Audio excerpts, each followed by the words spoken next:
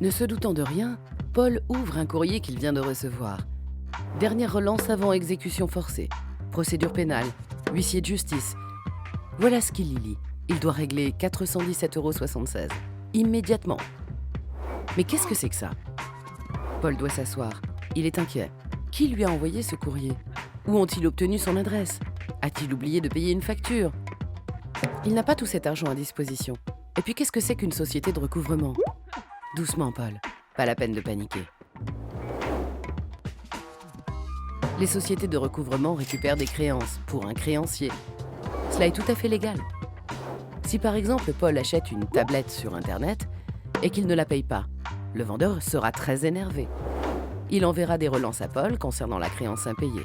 Si Paul ne réagit pas, le commerçant peut alors faire appel à une société de recouvrement. Elle se charge de récupérer l'argent auprès de Paul et le remet au vendeur. Les frais liés à la société de recouvrement sont à la charge de Paul. Mais attention, il existe aussi des arnaques. Dans ce cas, les entreprises mentionnées tentent de récupérer rapidement d'importantes sommes d'argent et de se faire transférer l'argent sur un compte à l'étranger. Même des personnes qui n'ont aucune dette se font avoir. Leur méthode, intimidation, fausses menaces et exploiter la crédulité. Et Paul, après avoir vérifié ses factures et son relevé bancaire, Paul est certain de n'avoir aucune dette.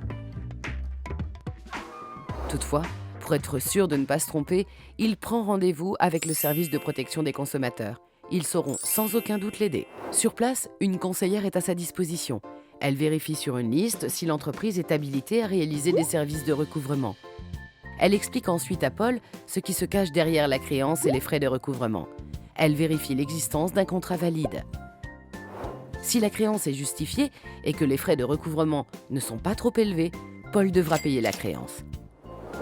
Si toutefois Paul est certain que la créance n'est pas justifiée, il doit faire un recours par écrit.